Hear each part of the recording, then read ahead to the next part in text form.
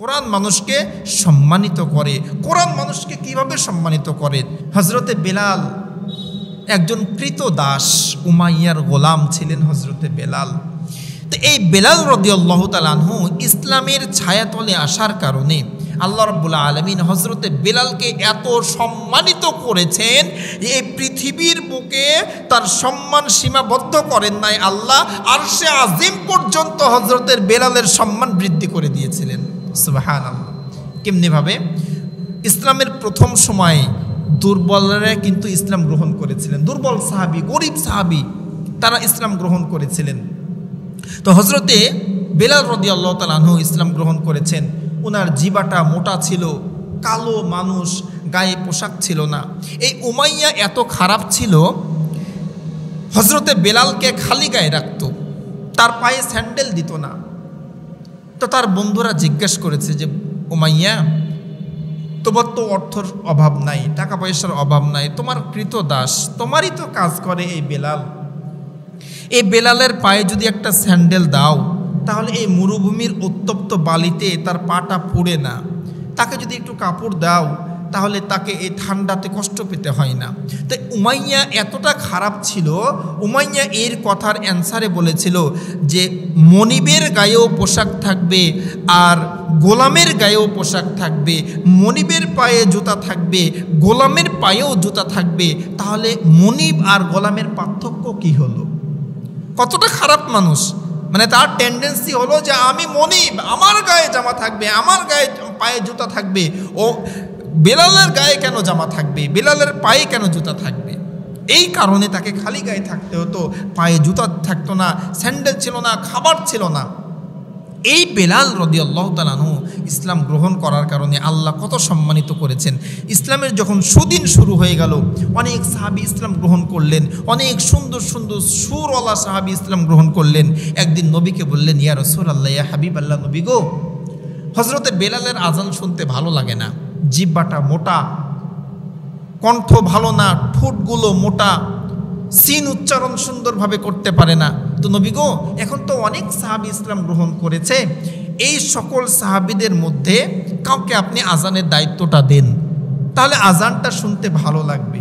আমার নবীর ইচ্ছার বিরোধী হয়ে, ইচ্ছা ছিল না যে হযরতে বেলালকে আজানের দায়িত্ব থেকে উনি মাহরুম করবেন, নবীজির ইচ্ছা ছিল না। কিন্তু একাধিক সাহাবী এসে নবীজিকে বলছেন যে হযরতে বেলালকে বাদ দিয়ে অন্য কাউকে আজানের দায়িত্ব দেন, আজানটা শুনতে একটু ভালো লাগবে। তো নবী করিম সাল্লাল্লাহু আলাইহি সাল্লাম এশার নামাজের পর হযরতে বেলালকে বললেন যে, বেলাল, ফজর থেকে আর তোমাকে আজান দেওয়া লাগবে না, ফজর থেকে আর আজান দেওয়া লাগবে না। তো বেলাল রাদিয়াল্লাহু তাআলা আনহু নবীজিকে আর কিছু বললেন না। কিছু না বলে নবীজি নামাজ পড়িয়ে চলে গেলেন, সাহাবে কেরাম সবাই চলে গেলেন। হযরতে বেলাল মসজিদের এক কোনায় বসে ডুকরে ডুকরে কাঁদে, তাহাজ্জুদের নামাজ আদায় করে আর আল্লাহর দরবারে হাত তুলে কাঁদে, আল্লাহকে ডাক দিয়ে বলে, আল্লাহ, যখন উমাইয়া আমাকে ইসলাম গ্রহণ করার জন্য কষ্ট দিয়েছিল, উত্তপ্ত মরুর ওপরে কয়লার আগুন জ্বালিয়ে আমাকে শুইয়ে রেখেছিল, আমার বুকের উপরে যখন বড় বড় পাথর দিয়ে চাপা দিয়েছিল, আমি তো তখন তোমাকে ভুলি নাই রে মাওলা। আজকে তোমার নবী আজানের দায়িত্ব থেকে আমাকে মাহরুম করলেন, আজান দিতে মানা করলেন, আজকে তুমি আমাকে কিভাবে ভুলে গেলে? আমি আজান দিলে আমি আনন্দিত হই, ওই সময়ের বেদনাগুলো আমি ভুলতে পারি। তোমার নবী আজানের দায়িত্ব থেকে আমাকে মাহরুম করলেন, আমি তো দুঃসময়ে তোমাকে ভুলি নাই গো মাওলা, আজকে তুমি আমাকে কিভাবে ভুলে গেলে? চ্যানেলটি সাবস্ক্রাইব করে আমাদের সঙ্গেই থাকুন। তো আমরা আজকে যে কোরআন থেকে আলোচনা শুনতে এসেছি, এই কোরআনটি আপনার আমার রব, আপনার আমার মালিক, যিনি আসমান জমিন সৃষ্টি করেছেন, সে আল্লাহর কিতাব, সে আল্লাহর বাণী। যেহেতু আমরা আজকে প্রথম তাফসির করছি, সেজন্য আজকের আলোচনার বিষয়টা হলো কোরআনের বৈশিষ্ট্য। আল্লাহ কেন কোরআন নাজিল করলেন, এই কোরআনের মধ্যে আমাদের জন্য কি শিক্ষা আছে, এই কোরআনকে কেন্দ্র করেই আজকে আমরা আলোচনা শুনবো ইনশাআল্লাহ। তো তাফসির আপনারা সবাই শুনেন, তাফসির শোনার অভিজ্ঞতা আপনাদের আছে। তারপরে একটু স্মরণ করিয়ে দিতে চাই, যখন আল্লাহর কিতাব তেলাওয়াত করা হয় তখন মুমিনদের ঈমান বৃদ্ধি হয়ে যায়। এজন্য যখন কোরআনের আয়াত আমরা শুনব, আল্লাহু আকবারের ধ্বনি দিব, সুবহানাল্লাহ, আলহামদুলিল্লাহ, এই গুণবাচক নামগুলো আমরা তেলাওয়াত করব ইনশাআল্লাহ। তেলাওয়াত করলে লস হবে না। যতটা ওয়ার্ড আমরা ব্যবহার করব প্রত্যেকটি ওয়ার্ডের বিনিময়ে আল্লাহ আমাদেরকে সওয়াব দান করবেন।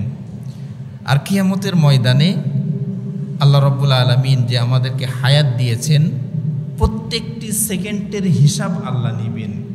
শুধুমাত্র ওই সময়গুলোর হিসাব নেবেন না, যে সময়গুলো আপনি আমরা দিন অর্জনের জন্য, কোরআন শিক্ষার জন্য ব্যয় করব, ওই সময়ের হিসাব আল্লাহ নেবেন না। সুবহানাল্লাহ। এজন্য আমরা দিল থেকে, অন্তরের কান দিয়ে ইনশাআল্লাহ শোনার চেষ্টা করব। আউযু বিল্লাহি মিনাশ শাইতানির রাজীম।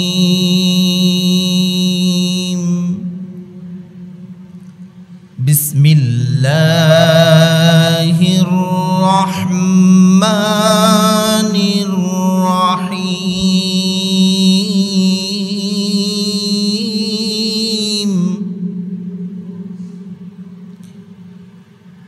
আলিফ লাম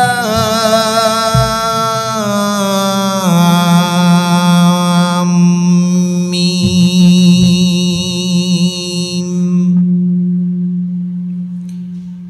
কিতাবুন আনজালনাহু ইলাইকা লিতুখরিজান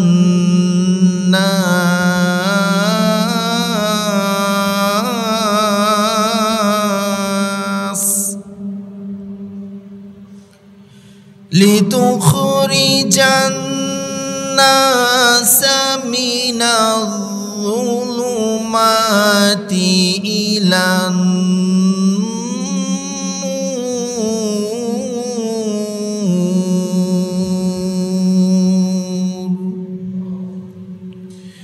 بإذن ربهم إلى صراط العزيز الحميد صدق الله العظيم وقال رسول الله صلى الله عليه وسلم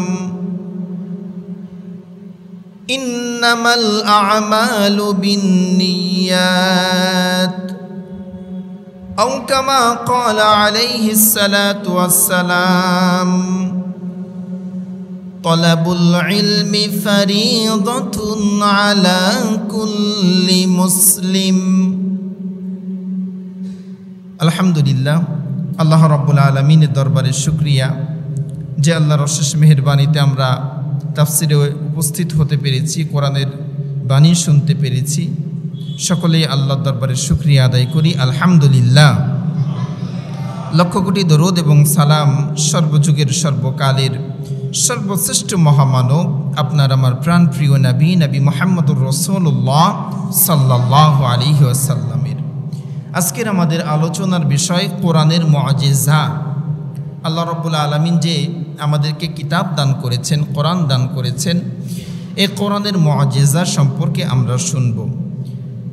আল্লাহ রাব্বুল আলামিন এমন একটি কিতাব আমাদেরকে দান করেছেন যে কিতাব বোঝার জন্য, যে কিতাবের জ্ঞান অর্জন করার জন্য, যে কিতাব সম্পর্কে ধারণা নেওয়ার জন্য কোনো মানুষ যদি মনে করে যে আমি কোনো আলেমের কাছে যাব না, আমি কোরআনের সঙ্গেই কথা বলে আমার মনের সকল প্রশ্নের অ্যান্সারগুলো বের করব, তাহলে আল্লাহ ওইভাবেই কোরআনকে তৈরি করেছেন যে আপনি কোরআনের সঙ্গে কথা বলে বলে আপনার মনের সকল প্রশ্নের অ্যান্সারগুলো বের করবেন।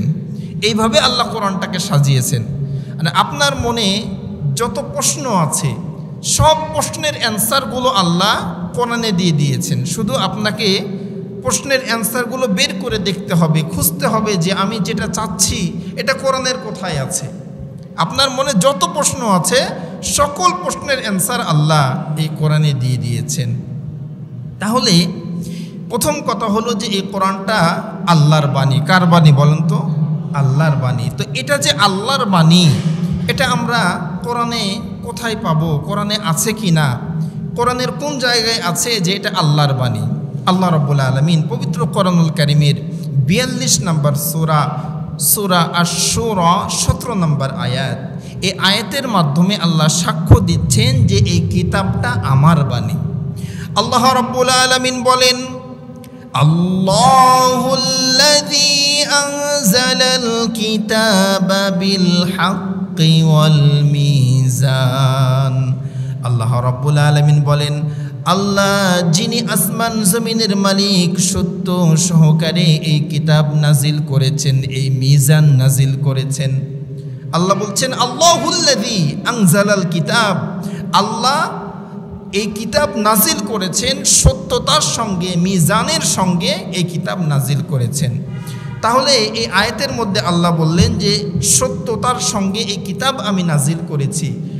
তাহলে আপনার মনে যদি প্রশ্ন আসে যে এই যে কিতাব আল্লাহ কোরআন নাজিল করলেন, এই কোরআনের মধ্যে কোনো সন্দেহ, কোনো ভুল আছে কি না, এই প্রশ্ন যদি আপনার মনের মধ্যে উকি দেয়, এই প্রশ্নের অ্যান্সার আল্লাহ কোরআনের সূচনায় দিয়ে দিয়েছেন। সুবহানাল্লাহ। আল্লাহ রাব্বুল আলামিন পবিত্র কোরআনুল কারীমের 2 নম্বর সূরাতুল বাকারার 2 নম্বর আয়াতে বলছেন, যালিকাল কিতাবু লা রাইবা ফীহি। আল্লাহ বলছেন এটি এমন একটি কিতাব যে কিতাবের মধ্যে কোনো সন্দেহ নাই, কোনো ভুল নাই।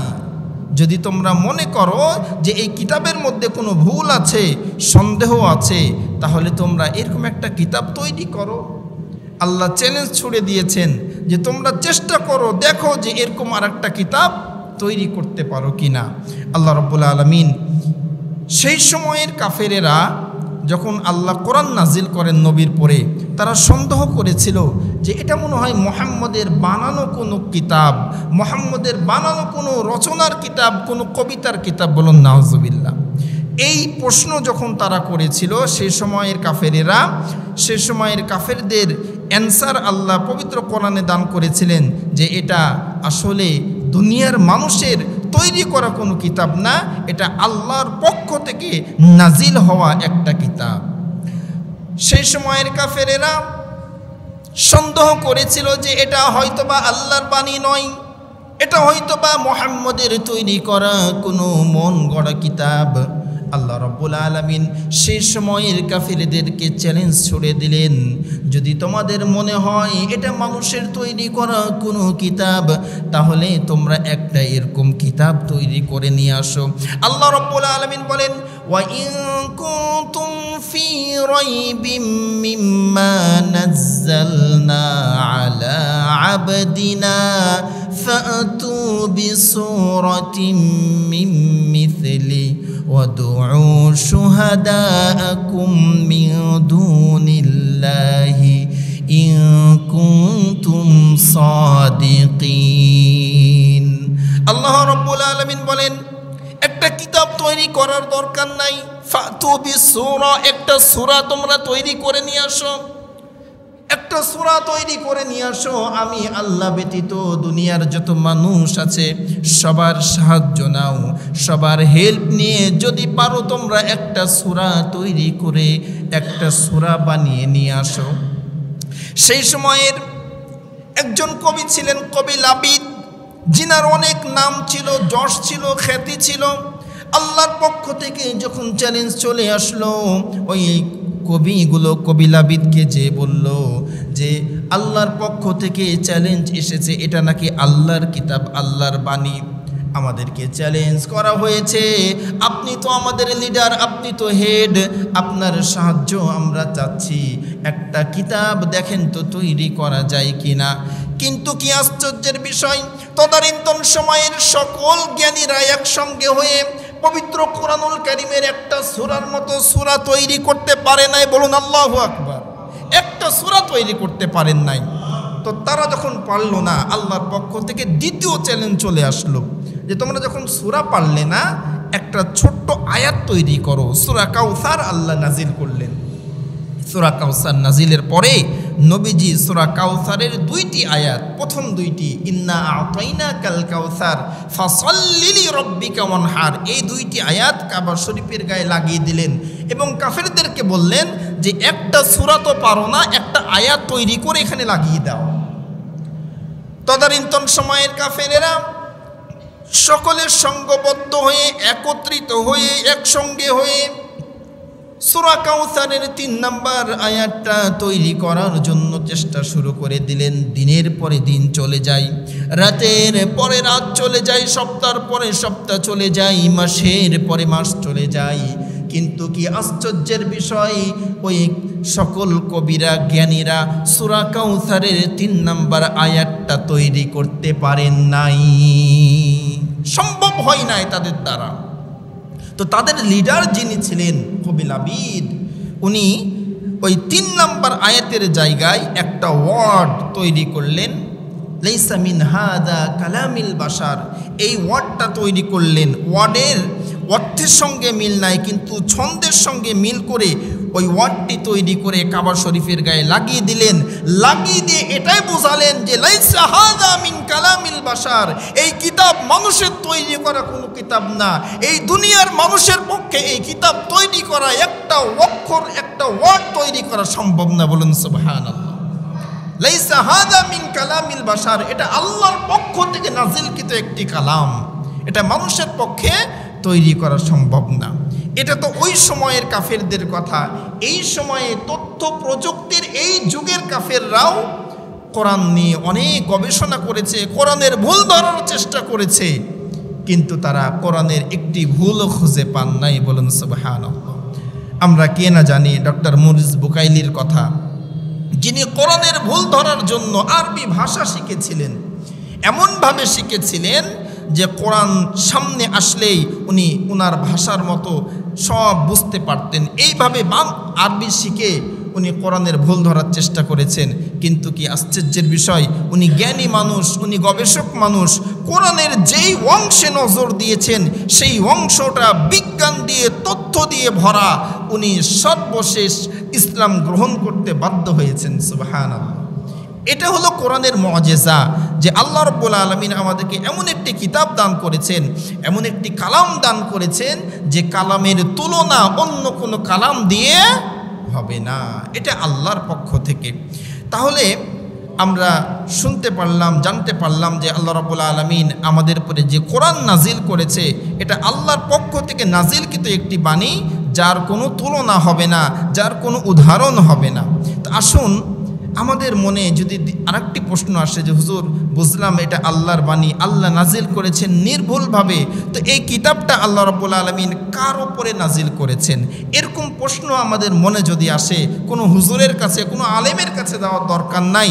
পবিত্র কোরআনুল কারীমের 25 নম্বর সূরা, সূরা ফুরকানের 1 নম্বর আয়াত, প্রথম আয়াতে আল্লাহ এই অ্যান্সার দিয়ে দিয়েছেন। আল্লাহ রাব্বুল আলামিন বলেন, তাবারাকাল্লাযী নাযালাল ফুরকানা আলা আবদিহি লিয়াকুনা লিল আলামিনা নাযীরা। আল্লাহ রাব্বুল আলামিন বলেন, তিনি সেই বরকতময় আল্লাহ, যিনি আব্দুন, তার গোলামের পরে, অর্থাৎ নবী মুহাম্মদুর রাসূলুল্লাহ সাল্লাল্লাহু আলাইহি ওয়াসাল্লামের উপরে কোরআন নাজিল করেছেন। বলুন সুবহানাল্লাহ। আল্লাহ রাব্বুল আলামিন জানিয়ে দিলেন যে আমি আমার বান্দা, আমি আমার বন্ধু, আমি আমার দোস্ত নবী মুহাম্মদের উপরে আমার কোরআন নাজিল করেছি। এখন যদি আপনার মনে প্রশ্ন আসে যে হুজুর, বুঝলাম যে কোরআন নবীজির পরে নাজিল হয়েছে, তো এই কোরআনটা নাজিলের আগে কোথায় ছিল? যেহেতু সুদীর্ঘ 23 বছরে প্রয়োজনের ক্ষেত্রে, প্রয়োজন যখন যে আয়াতের হয়েছে, সেই আয়াত নবীর পরে নাজিল হয়েছে, তো এই কোরআনটা নাজিলের আগে কোথায় ছিল? আল্লাহ রাব্বুল আলামিন আপনার মনের এই প্রশ্নের অ্যান্সার পবিত্র কোরআনুল কারীমের 85 নম্বর সূরা, সূরা বুরুজের 22 নম্বর আয়াতে আল্লাহ বলছেন, ফি লাউহিম মাহফুজ। এটা সংরক্ষিত ফটক, লাউহে মাহফুজে এই কোরআন সংরক্ষিত আছে। ওই লাউহে মাহফুজ থেকে নবীজির সুদীর্ঘ 23 বছরের নবুয়তের জীবনে আল্লাহ প্রয়োজনের ক্ষেত্রে যখন যতটুকু দরকার নবীর পরে আল্লাহ নাজিল করেছেন। এখন যদি বলেন যে হুজুর ঠিক আছে নবীর পরে নাজিল হলো, তো এই কোরআনটা কোন মাসে নাজিল হয়েছে? এমন একটি মাসে কোরআন আল্লাহ নাজিল করেছেন যে মাসে কোরআন নাজিল হওয়ার কারণে ওই মাসকে আল্লাহ সম্মানিত করেছেন। সুবহানাল্লাহ।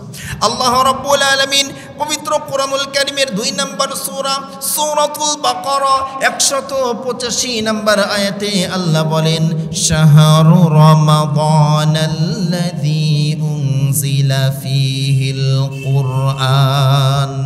আল্লাহ রাব্বুল আলামিন বলছেন, রমজান মাসে আমি আমার বন্ধুর উপরে এই কিতাব, এই কোরআন নাজিল করেছি। আপনার মনে যদি প্রশ্ন আসে, হুজুর বুঝলাম রমজান মাসে নাজিল হয়েছে, এই কোরআনটা দিনে প্রথম নাজিল হয়েছিল না রাত্রে নাজিল হয়েছিল? এই প্রশ্ন যদি আপনার মনে আসে, আল্লাহ রাব্বুল আলামিন এর অ্যানসার দিয়ে দিচ্ছেন সূরাতুল কদরের প্রথম আয়াতে। আল্লাহ বলছেন, ইন্না আনজালনাহু ফী লাইলাতুল কদর, নিশ্চয়ই লাইলাতুল কদরে আমি এই কোরআন নাজিল করেছি। এখন যদি বলেন যে হুজুর বুঝলাম লাইলাতুল কদরে নাজিল হয়েছে, তো এই কোরআনে আল্লাহ কোন কোন বিষয়ে কথা বলেছেন?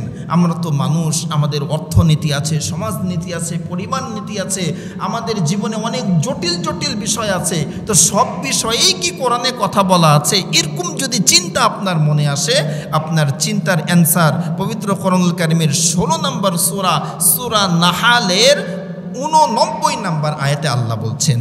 আল্লাহ রাব্বুল আলামিন বলেন, ওয়ানাজ্জালনা আলাইকাল কিতাবা তিবয়ানাল লিকুল্লি শাইইন ওয়া হুদাও ওয়া রাহমাতাও ওয়া বুশরা লিল মুসলিমিন। বলুন আল্লাহু আকবার। আল্লাহ রাব্বুল আলামিন বলেন, ওয়ানাজ্জালনা আলাইকাল কিতাব, প্রতিটি বিষয়ে সুস্পষ্ট বর্ণনা আমি এই কিতাবের মধ্যে দিয়ে দিয়েছি। এই কিতাবের মধ্যে আছে হিদায়াত, এই কিতাবের মধ্যে আছে রহমত, এবং এই কিতাবের মধ্যে আছে মুসলমানদের জন্য সুসংবাদ। আল্লাহ বলছেন, ওয়ানাজ্জালনা, আমি নাজিল করেছি আলাইকাল কিতাবা তিবয়ানাল লিকুল্লি শাই। মানুষ, তোমার জীবনের যত অঙ্গন আছে, যত ক্ষেত্র আছে, সব ক্ষেত্রের, সব অঙ্গনের, সকল প্রশ্নের অ্যান্সার আমি আল্লাহ এই কিতাবে নাজিল করেছি। আর আমি এই কিতাবের মধ্যে হেদায়েত দিয়েছি, রহমত দিয়েছি, এবং বুশরা লিল মুসলিমিন, মুসলমানের জন্য এই কিতাবটা হলো সমাধান। আপনার জীবনে কত সমস্যা আছে, কোন কোন সমস্যা আছে, সকল সমস্যার সমাধান এক কিতাবের মধ্যে আল্লাহ দান করেছেন। একটা কিতাব।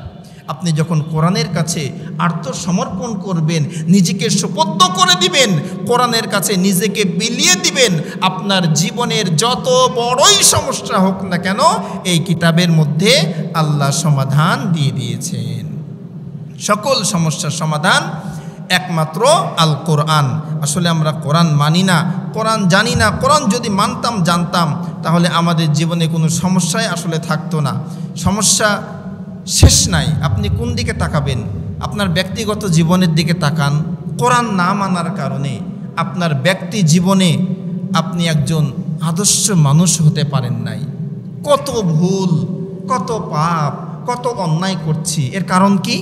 এর কারণ হলো কোরআনটা মানতে পারছি না। কোরআন যেইভাবে আমাকে চলতে বলেছে, আমার শরীরটাকে, আমি আমার জীবনটাকে চালাতে পারছি না। আপনার পারিবারিক জীবনের দিকে একটু যদি লক্ষ্য করেন, আপনার পরিবারটাকে কোরআনের পথে চালাতে পারছেন না, এজন্য সমস্যার শেষ নাই। আপনার স্ত্রী কথা শোনে না, পর্দায় থাকে না, সন্তান আপনার বাধ্য না, আপনার পরিবারস্থ মানুষরা নামাজ পড়ে না, এরকম নানা সমস্যায় আমরা সাংসারিক জীবন পার করছি। কারণটা কি? একটাই কারণ, যে আমার সংসারে কোরআন নাই। আপনি যদি সামাজিকভাবে দেখেন, এই সমাজে কোরআন প্রতিষ্ঠিত না থাকার কারণে এই সমাজে অন্যায়ের শেষ নাই। আপনি চারিদিকে একটু যদি লক্ষ্য করে দেখেন, অন্যায়, জুলুম, নির্যাতন দিয়ে আমাদের সমাজটা ভরপুর হয়ে আছে।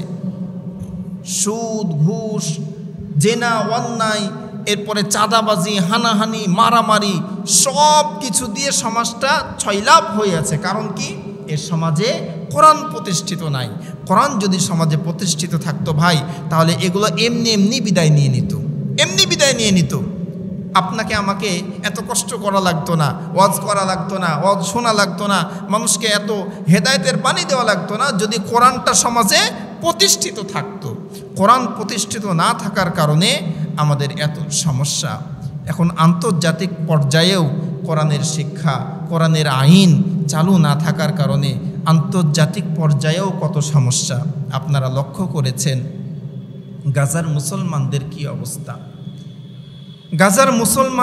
অবস্থা। 22 লক্ষ গাজার মুসলমান, 22 লক্ষ মুসলমান আজকে তারা অনাহারে তাদের সময় কাটাচ্ছে, দিন কাটাচ্ছে, দিনের পরে দিন, রাতের পরে রাত না খেয়ে তাদের জীবন তারা পার করছে। 22 লক্ষ মুসলমান, এর মধ্যে 127 জন না খেয়ে মারাই গিয়েছে, মানে তাদের মৃত্যুর কারণ হলো খেতে না পেয়ে মারা গিয়েছে 127 জন মানুষ। আজকে বিশ্ব বিবেক কোথায়? আজকে ওআইসি কোথায়? আজকে মানবতার যে দলগুলো আছে, মানবতার যে সংগঠনগুলো আছে, আজকে তারা কোথায়? 127 জন মানুষ গাজাতে না খেয়ে মারা গিয়েছে। আর ত্রাণ নিতে যে গুলি করে মারা হয়েছে 1000 মানুষকে, ত্রাণ নিতে যে গুলি করে মারা হয়েছে। কয়েকদিন আগে একটা ভিডিওতে দেখলাম, ওপর থেকে ত্রাণের যে বস্তাগুলো পড়ছে, এই বস্তাগুলো পড়ার কারণে ফেটে গিয়েছে, তো মাটির পরে ওই আটাগুলো পড়েছে, তো ছোট্ট ছোট্ট বাচ্চাগুলো ওই আটাগুলো মাটির উপর থেকে বেছে বেছে কুড়িয়ে নিচ্ছে। ওগুলা কি খাবার যোগ্য? তারপরেও তারা জীবন বাঁচানোর জন্য ওই খাবারগুলো সংগ্রহ করছে। গতকালকের নিউজ, গতকালকে আমির নামক একটা ছোট্ট মাসুম বাচ্চা ত্রাণের খাবার নেওয়ার জন্য 12 কিলোমিটার রাস্তা অতিক্রম করেছে। 12 কিলোমিটার রাস্তা সে অতিক্রম করেছে একটু খাবারের জন্য। সে খাবারও যখন হাতে পেয়েছে, খাবার হাতে পাওয়ার পরে ওই ত্রাণকর্তা যিনি ত্রাণ দিচ্ছিলেন তার জন্য দোয়া করেছে, তার হাতে চুমু দিয়েছে। এই ত্রাণ নিয়ে এই আমির ছোট্ট মাসুম বাচ্চাটা যখন যাচ্ছিল, ওই সন্ত্রাসীরা, ওই ইসরায়েলি বাহিনী ওই সন্তানকে, ওই আমিরকে গুলি করে হত্যা করেছে। আজকে মানবতা কোথায়? আজকে বিশ্ব মোড়লগুলো কোথায়? তারা দেখতে পায় না, এই দৃশ্যগুলো তাদের চোখে ধরা পড়ে না। আজকে তাদের পক্ষ নিয়ে, গাজাবাসীর পক্ষ নিয়ে যারাই কথা বলছে, তাদের উপরে আবার ট্যাগ লাগিয়ে দেওয়া হচ্ছে জঙ্গিবাদ, এরাই নাকি জঙ্গিবাদ। আর যারা দিনের পরে দিন এই ইসরায়েল, এই ফিলিস্তিনি মুসলমানদেরকে, এই গাজার মুসলমানকে দিনের পরে দিন মারছে, তাদেরকে কেউ কিছু বলার নাই ভাই। এটা বাস্তবতা। এজন্য আমরা এই কোরআন শিখব, এই কোরআনের আইন সমাজে বাস্তবায়ন করব। এই কোরআন শিখা, কোরআনের আইন সমাজে বাস্তবায়ন করা, এটা নফল কোনো কাজ না, এটা ফরজে আইন। এটা ফরজে আইন যে এই সমাজে কোরআন প্রতিষ্ঠিত হবে। কোরআন শিখার সম্পর্কে নবীজি বলছেন, বুখারী শরীফের 5027 নম্বর হাদিস, খায়রুকুম মান তাআল্লামাল কুরআনা ওয়া আল্লামা। প্রত্যেকটি নর এবং নারীকে এই দ্বীন ইলম শিক্ষা করা ফরজ। প্রত্যেককে এই দ্বীনের জ্ঞান শিখতে হবে। আমরা বলি যে হুজুর আমাদের বয়স হয়ে গিয়েছে, আর কবে শিখব, মাথায় কাজ করে না, মাথায় ধরে না। ভাই বাবা, আপনার মাথায় ধরে না, এটা আপনার দুর্বলতা না, এটা আপনার দুর্বলতা না। আপনি চেষ্টা করে যান, যদি আপনার মাথায় না ধরে, পড়তে না পারেন, আল্লাহর দরবারে বলতে পারবেন যে আল্লাহ আমি চেষ্টা করেছি, পারিনি, তো আমি কি করব। আর আপনি যে চেষ্টা করছেন এজন্য আপনি কিন্তু যে বঞ্চিত হবেন তা না। নবী করিম সাল্লাল্লাহু আলাইহি ওয়াসাল্লাম বলেন, কোনো মানুষ যদি কোরআন শিখতে শিখতে মৃত্যুবরণ করে, ছাত্র অবস্থায়, তলাবুল ইলম অবস্থায় কোরআন শিখতে শিখতে কোনো মানুষ যদি মৃত্যুবরণ করে, মৃত্যুবরণ করার কারণে কোরআন যে শিখতে পারল না, আল্লাহ তাকে মাহরুম করবেন না। আল্লাহ রাব্বুল আলামিন তার কবরের মধ্যে একজন শিক্ষক ফেরেশতা দিয়ে দিবেন, যেই শিক্ষক ফেরেশতা ওই মুরব্বিকে, ওই বান্দাকে, ওই ব্যক্তিকে কোরআন শেখাবে। ওই বান্দা, ওই ব্যক্তি কিয়ামতের ময়দানে একজন পূর্ণাঙ্গ আলেম হয়ে আল্লাহর দরবারে দাঁড়াবেন। সুবহানাল্লাহ। তাহলে আমরা কেন ভুলের মধ্যে থাকব? আমি চেষ্টা করি না, আমি যদি না পারি, আমার মাথায় যদি না ধরে, এটা তো আমার দুর্বলতা না, আমি চেষ্টা করব, এটাই আমার কাজ। তাহলে আমরা অবশ্যই কোরআন শিখব ইনশাআল্লাহ। আর কোরআন শিখবেন না কেন বাবা? এই কোরআন এমন একটি কিতাব, এই কোরআন মানুষকে সম্মানিত করে, আবার এই কোরআন মানুষকে বেইজ্জত করে। কোরআন মানুষকে সম্মানিত করে।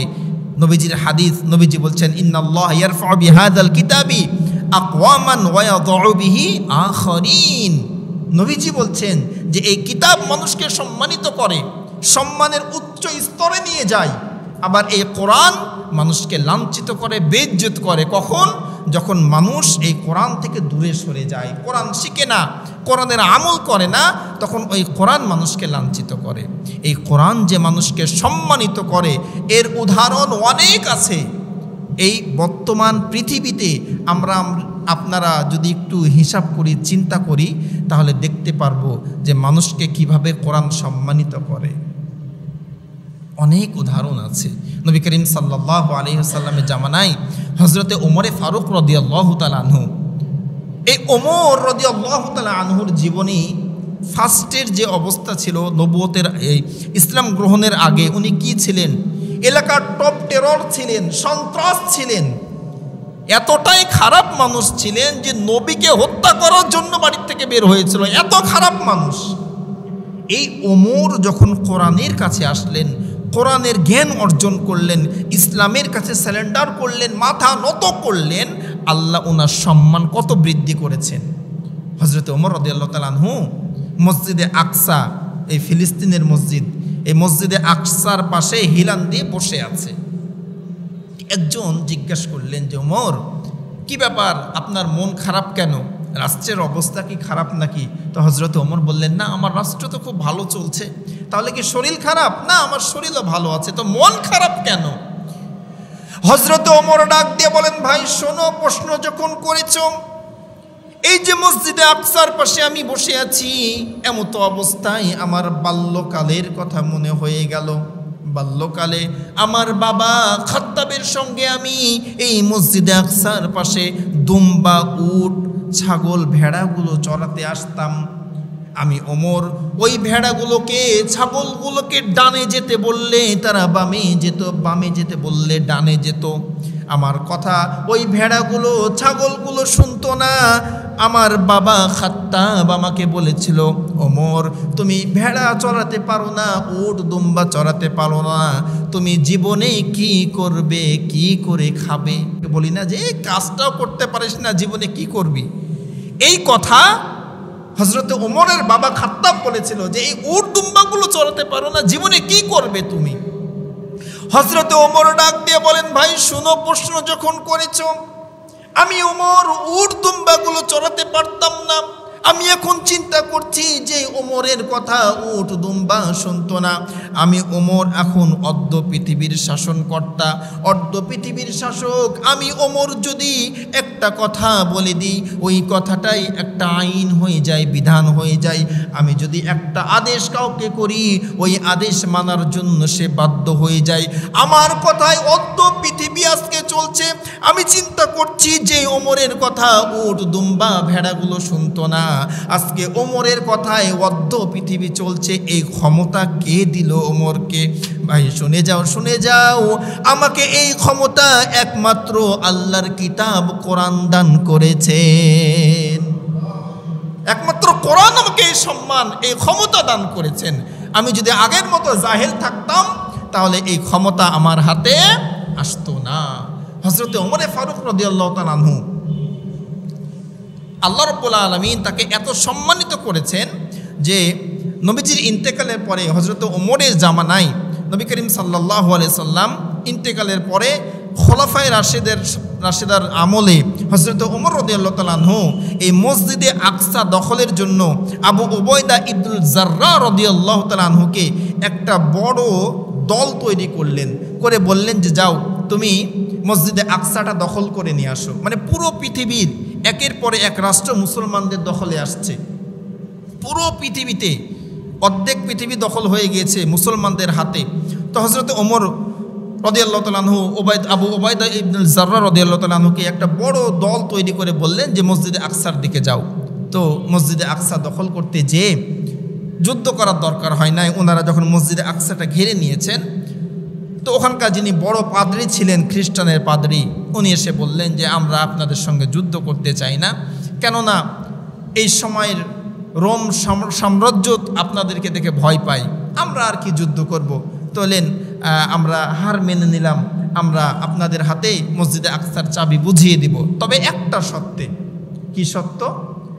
আমাদের কিতাবে যেভাবে বর্ণনা আছে যে এই মসজিদে আকসাটা যিনি দখল করবেন, যিনার আয়ত্তে আসবেন, যিনি চাবি গ্রহণ করবেন, তিনার যে শারীরিক স্ট্রাকচার থাকবে এগুলোর সঙ্গে আপনাদের কারো মিলছে না।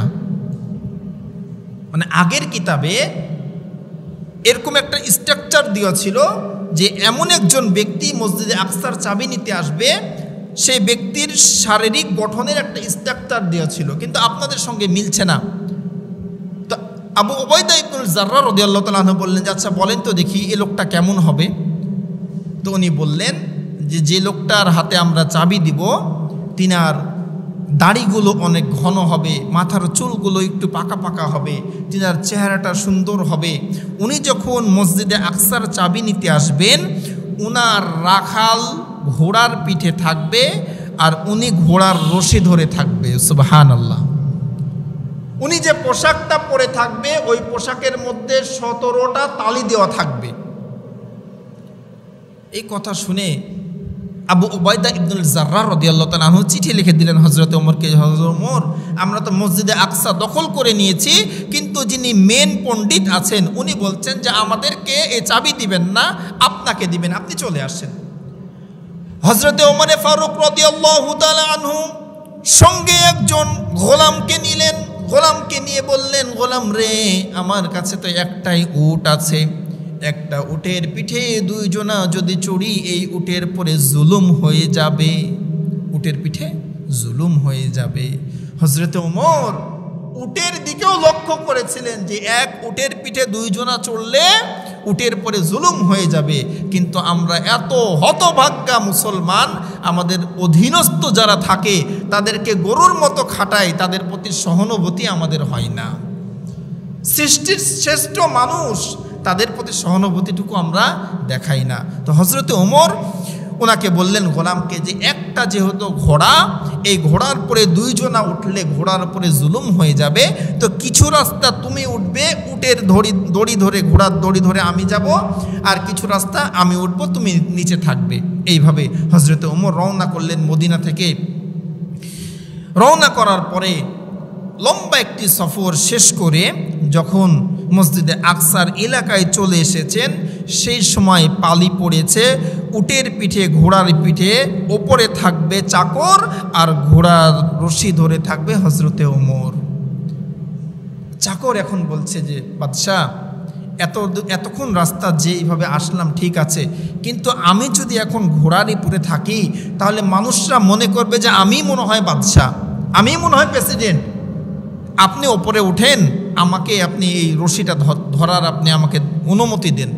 হযরত ওমর বলছেন যে আল্লাহর কাঠগড়ায় আমাকে তুমি আসামি করো না, এখন তো তোমার পালা, তুমি এখন যানবাহনের উপরে থাকবা, আমি দড়ি ধরে থাকবো। আমি যদি মানুষকে খুশি করতে যে আমি ওপরে উঠি আর তোমাকে নিচে নামাই, মানুষ হয়তো বা খুশি হবে, আমাকে বাহবা দিবে, কিন্তু আমার রব তো খুশি হবে না, আমার রব তো খুশি হবে না, তুমি ওপরে আছো ওপরেই থাকো।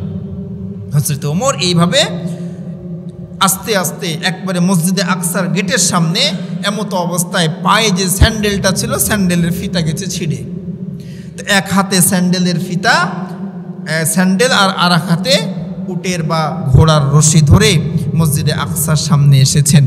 তো খ্রিস্টানদের পাদ্রী যারা ছিল তারা বের হয়ে এসে বলছেন যে আমাদের কিতাব তাওরাত জাবুর ইনজিলে যেভাবে বর্ণনা ছিল যে এই মসজিদে আকসার চাবি যেদিন নিতে আসবেন তিনার এক হাতে একটা ছেঁড়া স্যান্ডেল থাকবে, জামাতে 17টা তালি দেওয়া থাকবে, উনার গোলাম উটের পিঠে থাকবে আর উনি উটের রশি ধরে থাকবে, আমাদের সব মিলে গেছে, এই নেন আপনি মসজিদে আকসার চাবি গ্রহণ করেন।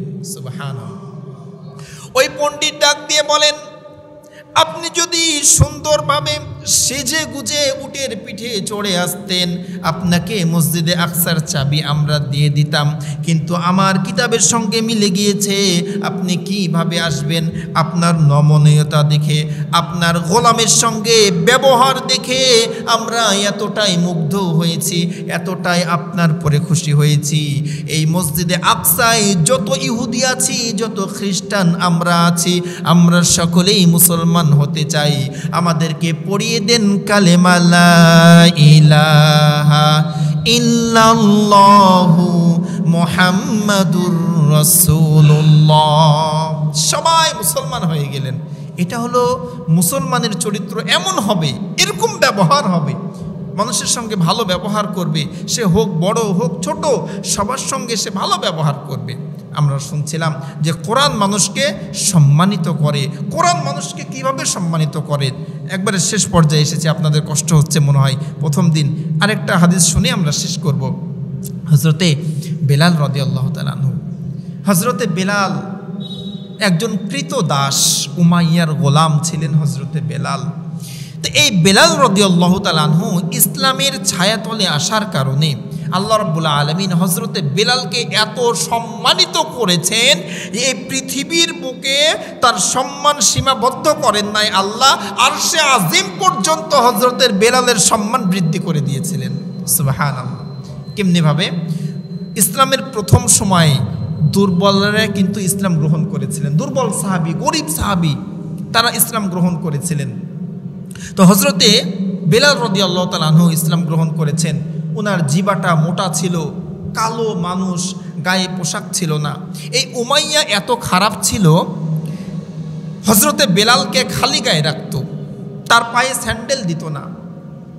তো তার বন্ধুরা জিজ্ঞেস করেছে যে উমাইয়া, তোমার তো অর্থর অভাব নাই, টাকা পয়সার অভাব নাই, তোমার কৃত দাস, তোমারই তো কাজ করে এই বেলাল, এই বেলালের পায়ে যদি একটা স্যান্ডেল দাও তাহলে এই মরুভূমির উত্তপ্ত বালিতে তার পাটা পুড়ে না, তাকে যদি একটু কাপড় দাও তাহলে তাকে এই ঠান্ডাতে কষ্ট পেতে হয় না। তো উমাইয়া এতটা খারাপ ছিল, উমাইয়া এর কথার অ্যান্সারে বলেছিল যে মনিবের গায়েও পোশাক থাকবে আর গোলামের গায়েও পোশাক থাকবে, মনিবের পায়ে জুতা থাকবে, গোলামের পায়েও জুতা থাকবে, তাহলে মনিব আর গোলামের পার্থক্য কি হলো? কতটা খারাপ মানুষ, মানে তার টেন্ডেন্সি হলো যে আমি মনিব, আমার গায়ে জামা থাকবে, আমার গায়ে পায়ে জুতা থাকবে, ও বেলালের গায়ে কেন জামা থাকবে, বেলালের পায়ে কেন জুতা থাকবে? এই কারণে তাকে খালি গায়ে থাকতে হতো, পায়ে জুতা থাকতো না, স্যান্ডেল ছিল না, খাবার ছিল না। এই বেলাল রাদিয়াল্লাহু তাআলা আনহু ইসলাম গ্রহণ করার কারণে আল্লাহ কত সম্মানিত করেছেন। ইসলামের যখন সুদিন শুরু হয়ে গেল, অনেক সাহাবী ইসলাম গ্রহণ করলেন, অনেক সুন্দর সুন্দর সুরওয়ালা সাহাবী ইসলাম গ্রহণ করলেন।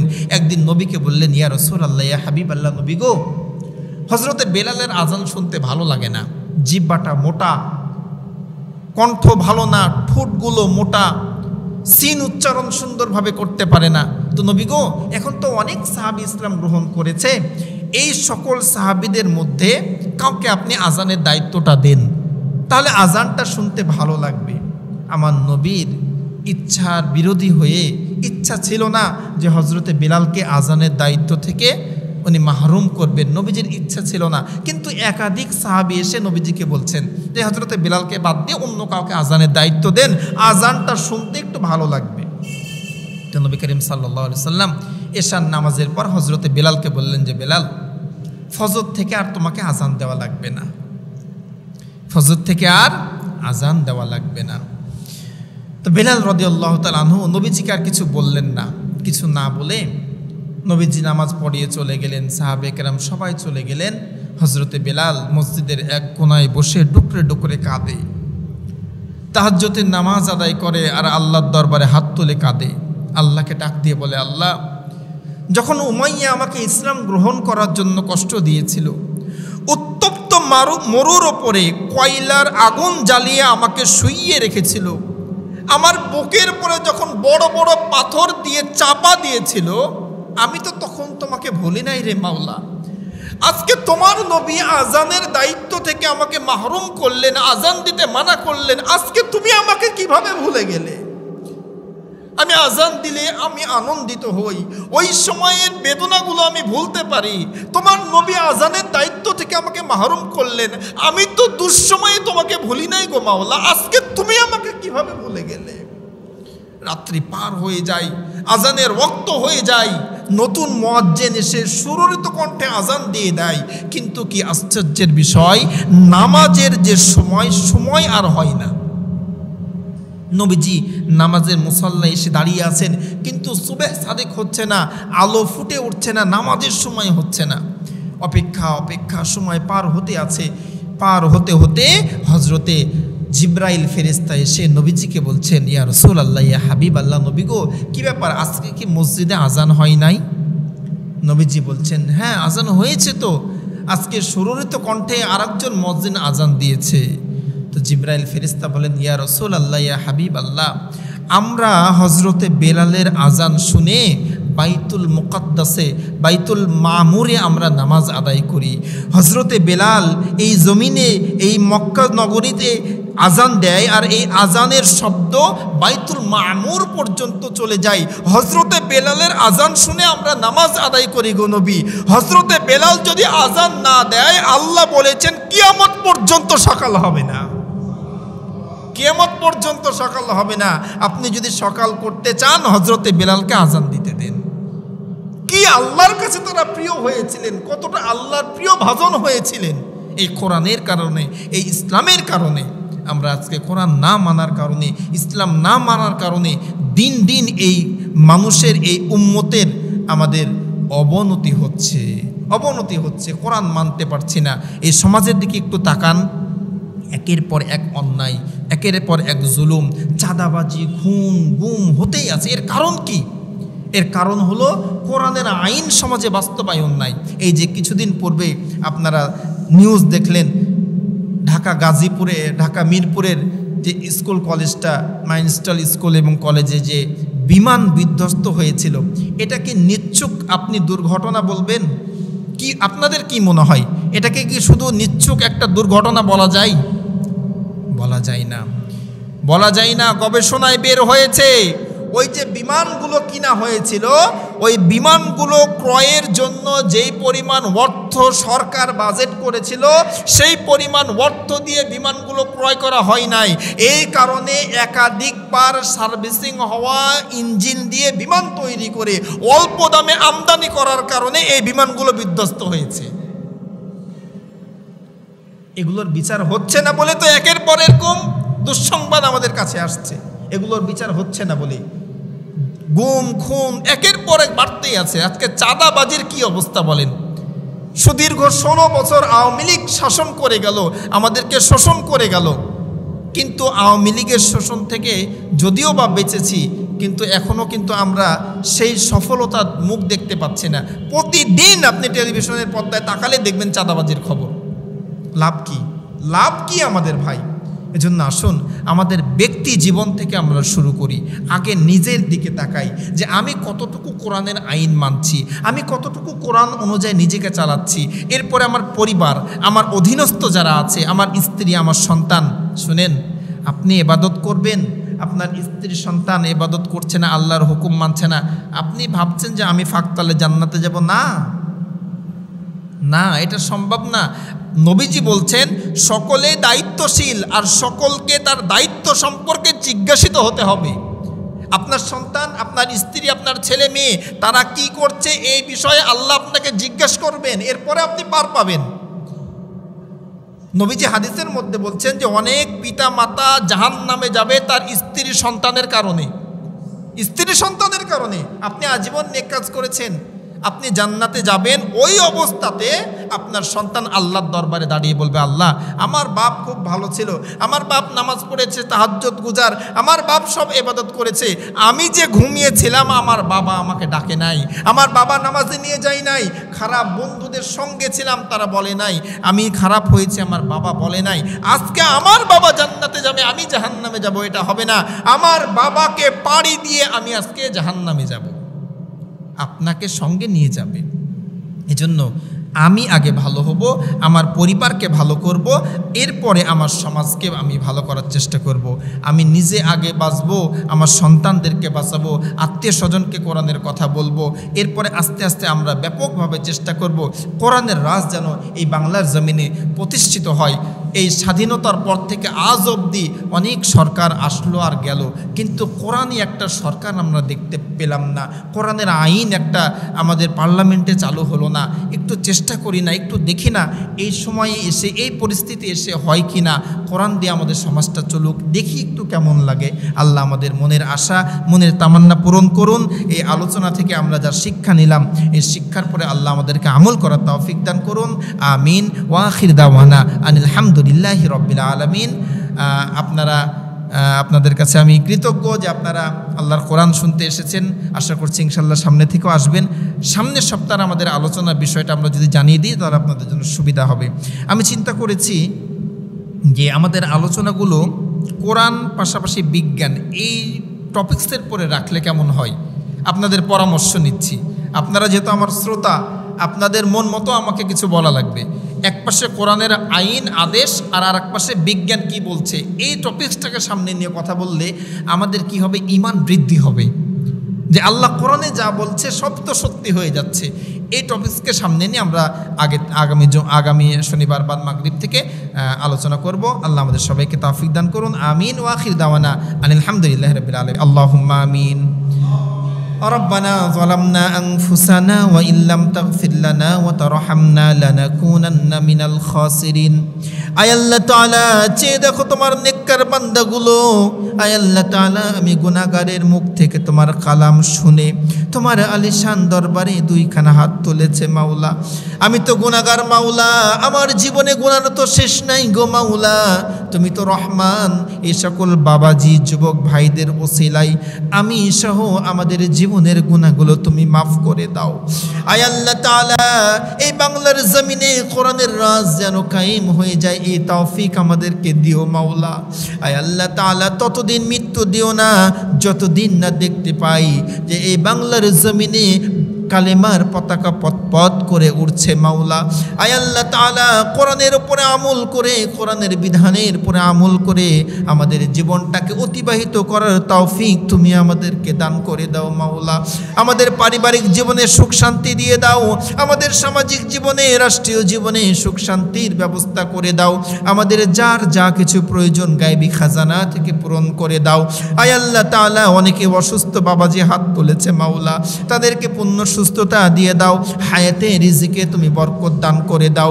আয় আল্লাহ তাআলা, আমাদের যার যা কিছু প্রয়োজন গায়বী খাজানা থেকে পূরণ করে দাও। আমাদের এই তাফসীর প্রোগ্রামটাকে তুমি কবুল করে নাও। সুবহানা রাব্বিকা রাব্বিল ইজ্জাতি আম্মা ইয়াসিফুন ওয়া সালামুন আলাল মুরসালিন والحمد لله رب العالمين واجعل آخر كلامنا عند الموت لا إله إلا الله محمد رسول الله صلى الله عليه وسلم.